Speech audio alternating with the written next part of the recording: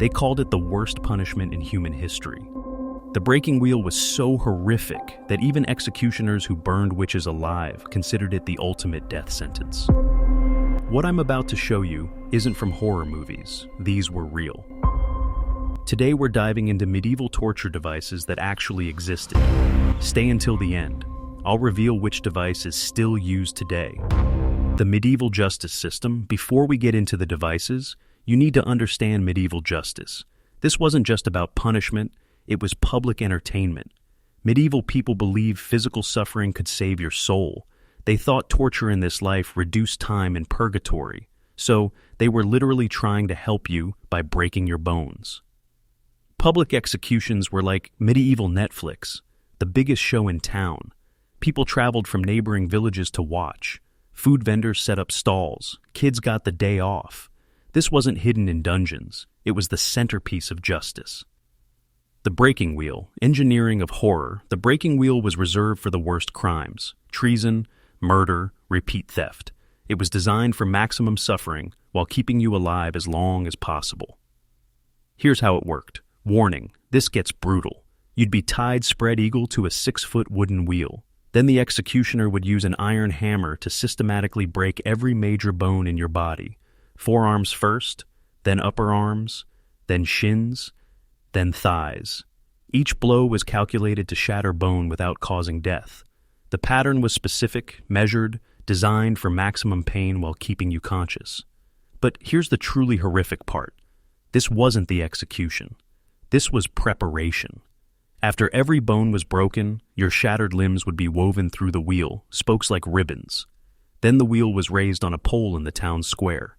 You'd be left to die slowly from expo, sure in shock while the whole town watched. Death took days.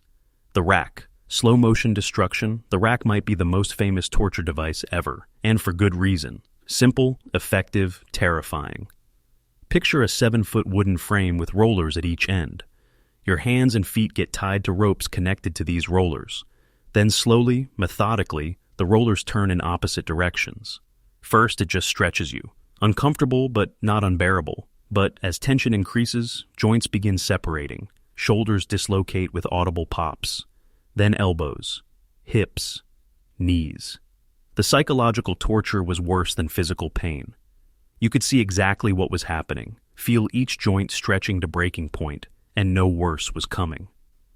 Professional torturers knew exactly how far to go. They could stretch someone to permanent disability without killing them, extract confessions through promised pain, or use it as warm-up for other punishments. The Iron Maiden, medieval fake news. Here's something shocking. The Iron Maiden probably never existed in medieval times. That human-shaped metal sarcophagus lined with spikes?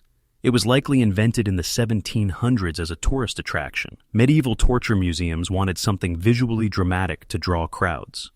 But medieval people were plenty creative without it. They had the scavenger's daughter that compressed victims until bones snapped, spiked metal chairs that slowly impaled people, iron boots heated until metal burned through flesh. The Iron Maiden might be fake, but medieval torture was real enough. Drawing and quartering, the ultimate punishment, reserved for high treason, this was as bad as it gets. First, you'd be dragged through streets tied to a horse, then hanged until nearly dead but kept conscious. Next, disemboweled while watching your organs burn. Finally, beheaded and body cut into quarters. Each piece would be displayed in different parts of the kingdom as a warning. Your head usually went on a spike at London Bridge, where it could rot for months as a reminder. This wasn't just execution. It was complete destruction of your physical form and public identity. The brazen bull, ancient inspiration. Medieval torturers often looked to ancient methods for inspiration. The brazen bull was a bronze sculpture of a bull that could be heated from below. Victims were locked inside the hollow bronze bull. As fires heated the metal, they'd be slowly roasted alive. The design included pipes that turned screams into sounds resembling bull roars for the audience's entertainment. It combined slow death, psychological terror, and public spectacle in one horrific package. Thumbscrews and scavenger's daughter.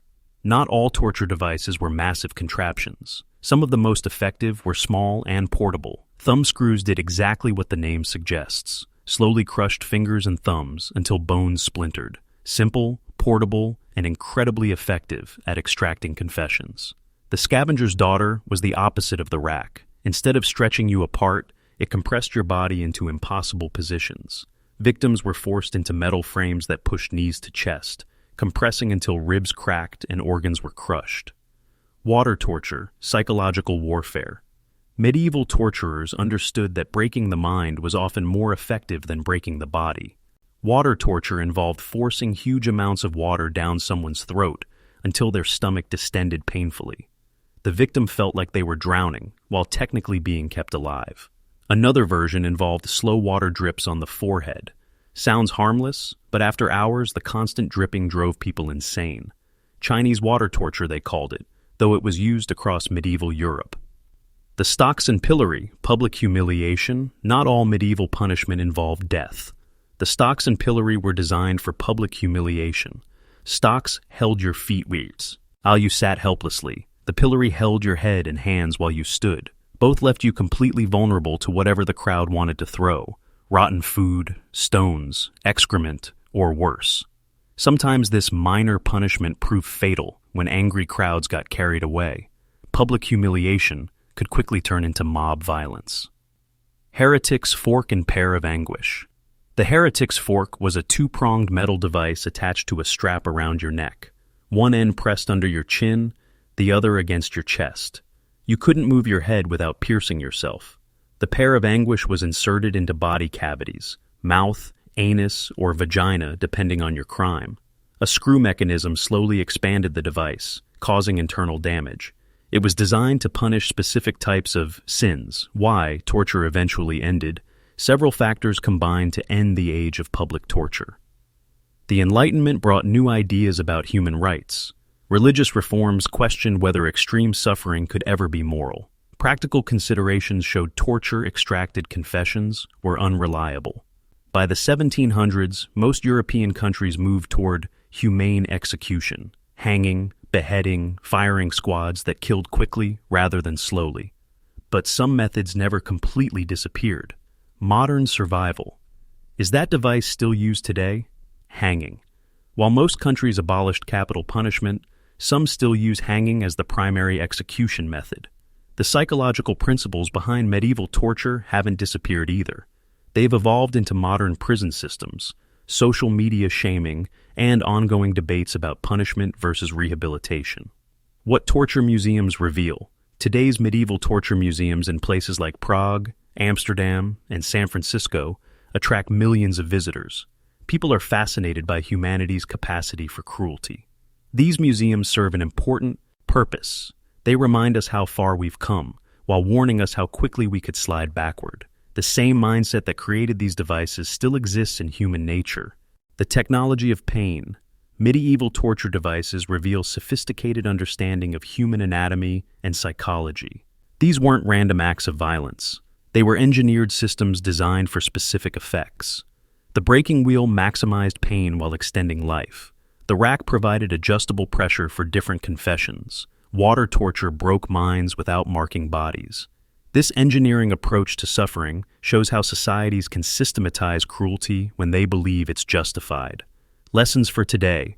Medieval torture teaches us several crucial lessons.